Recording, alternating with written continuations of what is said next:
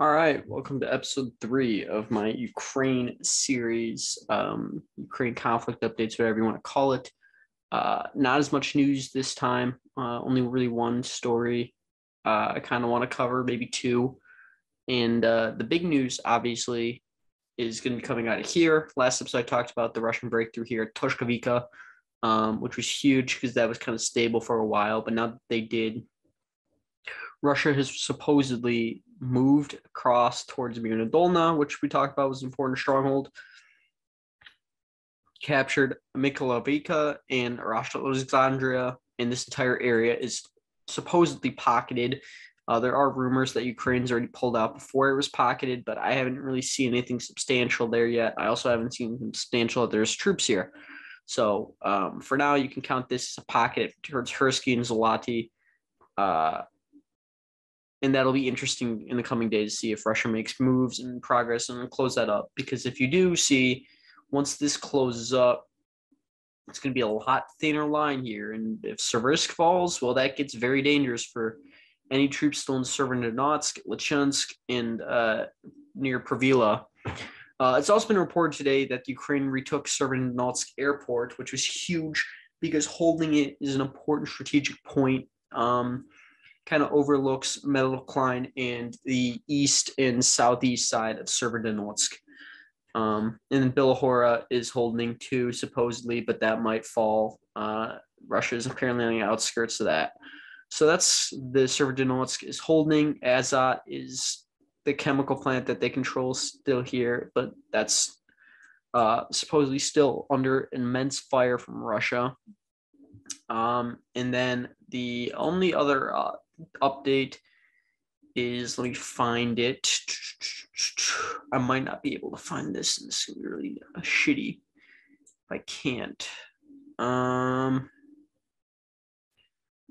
Regardless, the news was recently that there was a breakthrough. Oh, here in Pavlika, it was liberated by Ukraine, and they're supposedly moving in towards Yarvika. I use the word supposedly a lot because I can't confirm, but this was confirmed by Russian sources. Pavlika fell, and that there's fighting in Yarvika, which is in some progress. Towards this airstrip, which has already been bombed out, but it is progress. And then the Kherson update, I have nothing. I don't know what the hell is going on there anymore. There's rumors that Ukraine's already taken Kaslovka. I haven't seen anything that's confirmed yet, but if Kaslovka does fall, then it'll open up the M14 highway towards Skopje and the Kherson airport and eventually Kherson. To do that, though, they need to take this city that I talked about in the first episode because there's a railway hub that connects the rest of Russia's held Crimea and Kherson to this area. And then Dradev Bird, which is held by Ukraine on this map, is no longer held by them. So it's supposedly that this entire push across the river here was a failure.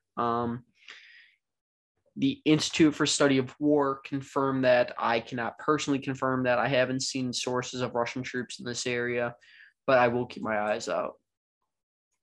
But that's it for the Kherson front because that's about it. I can really confirm or deny.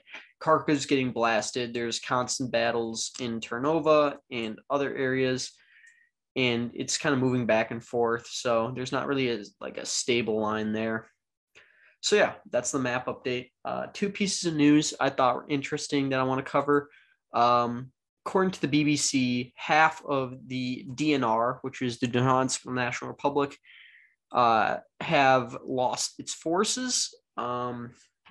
They, if you don't know, have been leading the front with the LNR, the Chechens, and the Wagner group instead of Russian conscripts. And have done the brunt of the fighting, which are under-equipped, understaffed, and undersupplied.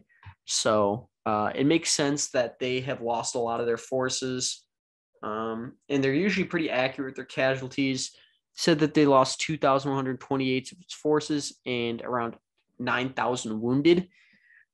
That's a huge chunk of their army, and it's going to be hard for them to recover their manpower for that. which also points to the idea that as this war progresses, it's going to be harder and harder for Russia to keep it up because they will not have the ability to fully mobilize just yet, and they will also not have the ability to reach into manpower pools if their puppets are exhausted and not able to fight anymore, which could point to DNR forces to continue surrendering. And eventually there will be a Ukrainian counteroffensive, I believe, in the Donbas region. There's nothing been out of the LNR just yet, but they are very one and the same in how they're run. So I assume they were under the same amount of casualties, if not more, because the LNR is seeing a lot more fighting than the DNR. And the LNR is close to being fully captured, but a lot of the cities in the LNR have been already abandoned by Ukrainians who knew the war was on their doorstep and kind of moved as the war started. So yeah, that's the first bit of news. And the second bit of news is coming out of CNN. It's not just CNN, but it's the reports are that a Bayraktar drone attacked a is this it? No, this isn't it. Shit. Regardless, the news was that a Ukrainian drone struck a Russian oil facility somewhere around here. And it's said to be a suicide drone, which would be surprising because they'd have to go through all of the DNR and lots of parts of Russia to, it's right here, take out the oil facility there, which is a big step because Ukraine is attacking more and more outside its border, which is huge. And we talked about how the oil rigs were hit last episode. Those are also supposedly by drones. According to sources, they're still burning, which means Ukraine probably knocked those out for use.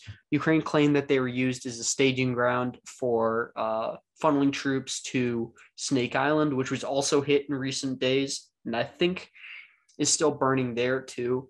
So these are big attacks by Ukraine, who's getting a little bit more ambitious and a little bit more ballsy in their moves. So it'll remain to be seen if they can keep doing these kind of attacks. I mean, suicide drones are hard to do, and you only get one shot at it. So when they go down, they go down. But yeah.